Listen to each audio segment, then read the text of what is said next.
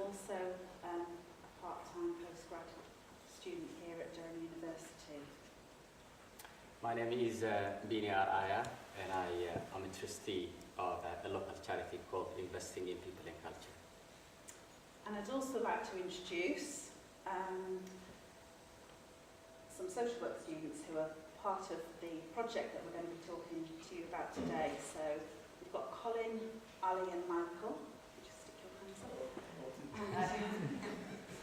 And sitting behind them, we've got Faisal and Sana, who are asylum seekers from Pakistan. And the reason why I'm identifying them now is because if you do have any questions about our project that we're going to talk about, they're also happy to answer any questions. Okay, so just to introduce the work that we're currently doing together with asylum seekers, refugees, and students, not just social work students, students from a range of professional disciplines. I'm just going to very briefly give you a little bit of background to our project. In the UK, and we're the only country that has this kind of formal commitment from the government up to now. We're still holding on to it. We have a requirement in social work education that we do involve service users and carers. So anybody who's at the receiving end of social work services should be involved in all levels of social work education. And the challenge, I guess, over the years has been for educational providers to find the most meaningful ways of doing that. So the slide behind us introduces you, some of you may well know about PowerUs. In 2013, I became involved with PowerUs, which is an international social work learning partnership, and discovered a method of gap mending whereby service users and students come together and identify the gaps that exist between them, and then by learning together over a program, over a course, and building relationships and really getting to know each other at a more equal level, that gaps can be mended. And there's a lot. I want you to take note of the website, because there's a lot of details to say about that, and there's a lot of evaluations and a lot of incredible outcomes that have come out from this method of working. And so in the UK, I piloted 2 years ago the first gap mending programme in the North East, and someone I worked very closely with, John McDonough at Southbank University, piloted a gap mending programme there, and we've gone on to develop a range of programmes, and currently we're running a programme based at Teesside University, and it's a partnership between ourselves, New College Durham, and Investing in People and Culture, and Bini is going to explain more about what we're currently doing. Yeah, so good afternoon, guys. I don't need a microphone because I've got a very strong... yeah, so we have a photograph. By the way, I'm not a social worker and I'm not a researcher. I'm just one of those simple people who are a community worker. I'm from a refugee background, and I am from Eritrea. For those of you who doesn't know Eritrea, it is the second largest refugee sourcing country next to Syria, in the northeast of England. So the partnership that Helen was touching upon is called Mend the Gap, and it is an approach. It is a way of learning between service users, practitioners, intelligent people like you, and policymakers. And one of the things that we have been doing over the last 8 weeks now is we have put a program together between New Durham College, Teesside University, and ourselves, who is a charity which is a refugee-led organization called Investing in People and Culture. We selected 8 different nationalities, refugee asylum seekers from Middlesbrough, and 12 of refugee parents, and then 12 students from 3 different disciplines of occupational therapist, social work, criminology. We've also got one sociology student and one psychology student. Yeah, sociology and psychology students. Yeah. And just prior to starting the program, we sat down and we identified some key themes, what we are going to discuss, where we thought that there is a gap in understanding or perspectives. And some of those included policing and security, housing, safeguarding children, domestic violence, female genital mutilation and trafficking, mental health, LGBT, and learning disabilities. And every week we spend an afternoon at Teesside University, who have offered us a free space.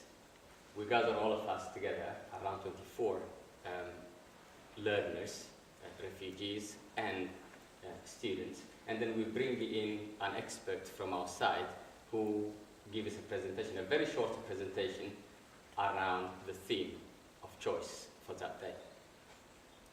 They give their presentation, and then we would sit down, very similar layout, around a table, and then we discuss what are the gaps in understanding on that particular subject on an equal basis.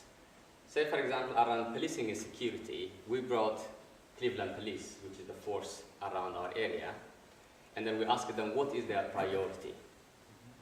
They give their priority, and then we had to challenge them. Look, the priority among this group is different than your priority. Our priority is A, B, and C, but yours are D, E, and F. So how do we actually, do you have any explanation to make? And can we also give you an understanding where we're coming from? And that sort of thing. So it has been very successful so far. It's got another 2 weeks or so to go, and then we will do an evaluation. I think Helen is going to do that as part of her research program, and then we would love to disseminate that information through facilities so that we can get some learning shared around that. But I think the key point on what we're doing is to involve, as Dora was saying, and Ruth, you know, who is the refugee? Who defines who is the genuine refugee? Who is the second class or first class? Who determines those?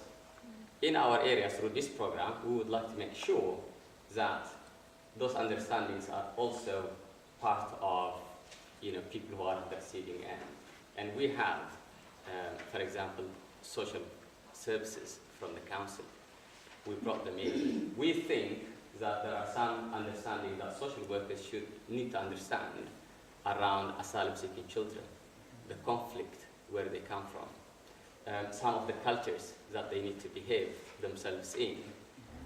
But equally, refugee parents need to understand how this intercomplicated social work practice operates in the UK, what is expected from, you know, tapping and hitting your children, to nipping out to the shop to get a bottle of milk and leaving your child behind. You know, those things might not be deliberately done, but it's just a part of the culture that people grew up in for centuries, and all of a sudden, because they have moved into a certain area, to get that, you know, against them, cost us. I mean, there is no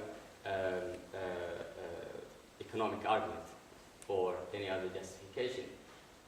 We are not saying in any minute that, you know, people should not learn how things should be. But if there is a gap in understanding, I think the best way to tackle it is through learning rather than the justice system involving solicitors. One of the learning outcomes, even though it will be part of the evaluation, that we would like to do are the students who are in social work are the future policymakers and practitioners who will have a direct impact on people's lives. So we think that through this approach, it is the best way of getting that understanding as part of the learning before they become professionals, and then part of an institution which doesn't switch its stand due to politics or things. I think we think that's the best way. Can I just add something briefly to that? I think that a key part of the learning, and it touches on something that was said in the earlier presentation about knowledge, is that students are finding that they just need to understand so much more. But one of the things that they are learning is that actually they can themselves individually influence and have an impact and help to change things. So as we've got 1 minute left, I would just like Bini to give a very brief example of people power, and something that Bini was involved in as well. Well, I suppose I think Herbert is also here from the Regional Refugee Forum, which is a platform of direct refugee voices into policymakers and practitioners, including politicians. Is that we recently had this red door, asylum seekers' houses being painted with red door in Teesside, in the northeast, I think. And we have raised it, our friends and asylum seekers, raised the issue with the appropriate housing providers, which are called JOMAST, who are also subcontracted by this multinational security group called G4S, who have a direct contract from the UK Border Agency, the Home Office. They said that, we have got a concern because our doors are painted red, we are singled out, so we are being victimized, and we should have a different paint of doors like everybody else because we live in society. That received a deaf ear. It was repeated through the supporting agencies. No one would listen. And eventually, the media, they very, very rarely helpful, picked that up. And for one reason or the other, it was blown out of proportion. And then all of a sudden, these people who felt that they have no obligation to listen to the concerns of the asylum seekers, reported at the House of Commons. I mean, it could not have been any more official or higher. It says that they had no report of that nature. And I mean, we were all surprised, but the doors were repainted in various different colors in 2 weeks' time. What I'm trying to say here is that if we can encourage, empower, and support the injustices, there is some change to come about. It's all how we mobilize our efforts together. So I think that's a success story. And I hope that the media should have picked up on much other bigger issues that affect asylum seekers, such as destitution, cut to legal aid, and the right to work campaign, and also, much bigger issues. I think we will keep Vasilis into his promise, but on the 5th of June, we would like to pick up on one of these major issues and then bring in the support of academics and the students, because the student force is so big. If you can get them to support us on one area, I think we can get some good outcome. So, Thank you. Thank you.